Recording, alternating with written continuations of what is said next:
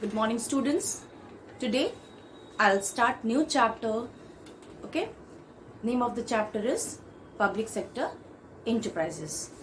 Chapter number 6, part number 29. So today we will discuss about the public sector enterprises, meaning and their objectives. So first of all, we start with the meaning of public sector enterprises. What is the meaning of public sector enterprises? Since independence, central and state governments in India have established several industrial and commercial enterprises. All such enterprises are collectively known as the public sector. So we start with the public sector enterprises. This public sector is run by the central government or by the state governments. So the term public enterprises refers to such industrial and commercial enterprises which are owned and controlled by the central government or by the state government. Okay, so this is called as a public sector enterprises. Public enterprises means that state ownership and operation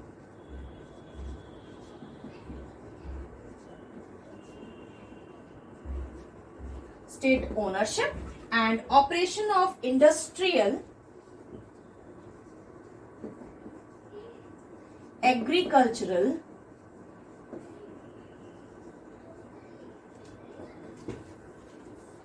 financial and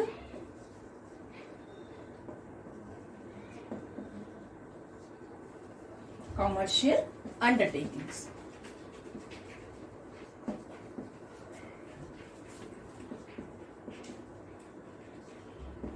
Okay, so public sector means the state ownership and operation of industrial sector, agricultural sector, financial sector and commercial undertakings. So this comes under the public sector enterprises. Enterprises which is owned, controlled and managed by the central government or by the state government. Okay, hope it is clear to you the meaning of public sector enterprises. Now, what are the objectives of public sector enterprises? We will start with the objectives of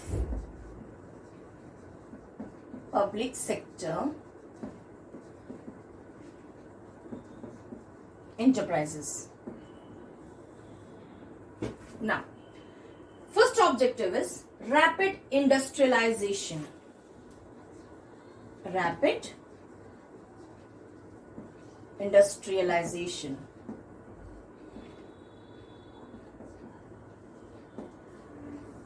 Okay, rapid industrialization means the economic growth of a poor country requires substantial increase in industrial output.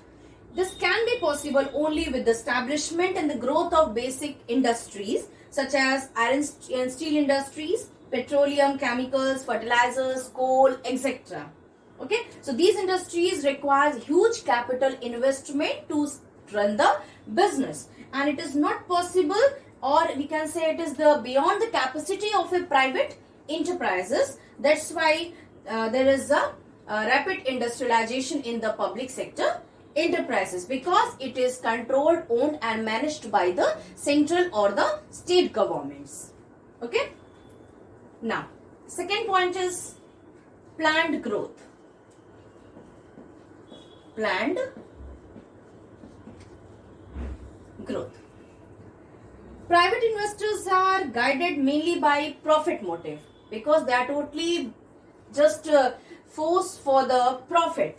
Okay, so therefore they choose only those areas which requires quick and handsome profits, or we can say that which provide the profit or the quick or handsome profit. Okay, so this result in an imbalance in the development of various sectors of the economy, means the rural areas or the urban areas.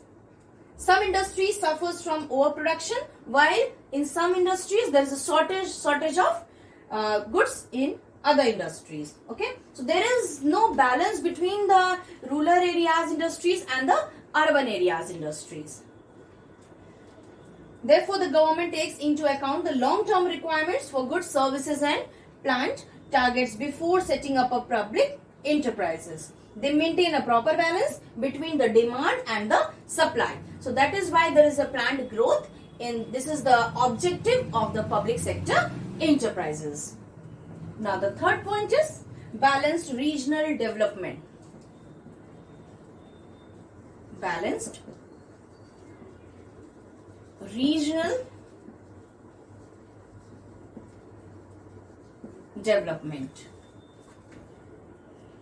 Private entrepreneurs are not keen to set up industries in remote and backward areas. They are not ready for developing the industries in the backward areas or in the backward regions, because there is a lack of infrastructure facilities, just like we can say that electricity problem, transport problem, banking system, communication problem, etc. So as a result, these areas remain underdeveloped because they are not ready for the development of the industries, or we can set up the industries in the backward regions. That is why industries get concentrated in urban areas. Okay, so due to this, there is a balanced regional development in the public sector. This is the objective of the public sector enterprises. Next point is employment.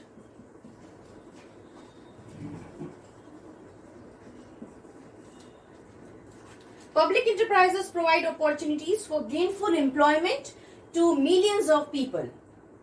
These enterprises create more and more jobs, thereby improving the per capita income and buying the capacity of the people. Okay, so these are also helpful in increasing the national income and in checking the recessions. The government of India has nationalized several sick units in the private sector to protect employment of a large unit of large number of people, and to ensure that the society is not deprived of the goods and services from these units. So they provide housing, educational, medical and thus other facilities for the welfare of the workers, and thereby setting an example for the private sector to follow this. So employment is also the objective, to give the employment to the workers in the public sector. Now the fifth point is generation of surplus.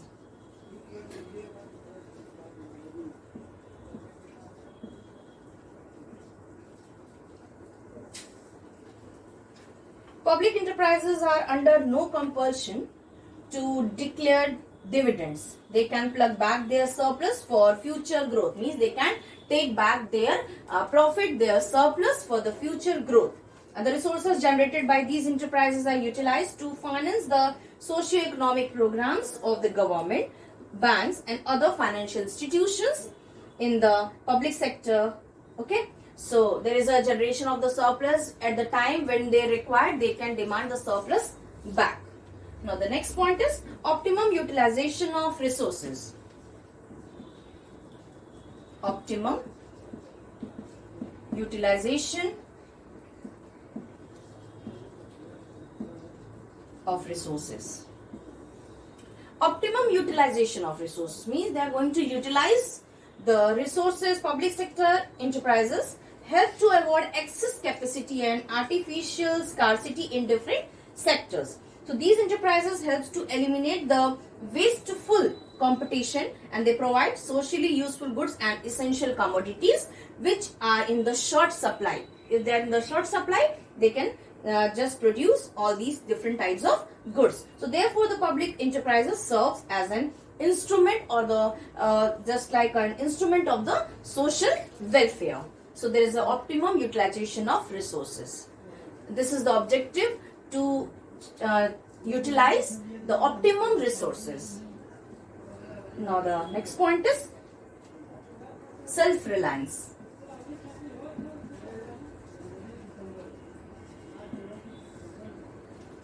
Public enterprises are engaged in the production of goods, capital goods which were being imported earlier. So these enterprises save valuable foreign exchange though import substitution. In addition, public sector undertakings export goods on a large scale to attain the goal of economic self-reliance. They want to just gain the goal of economic self-reliance.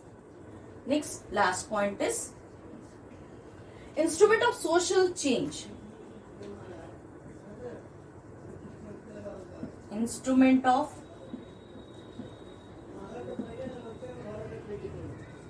social change.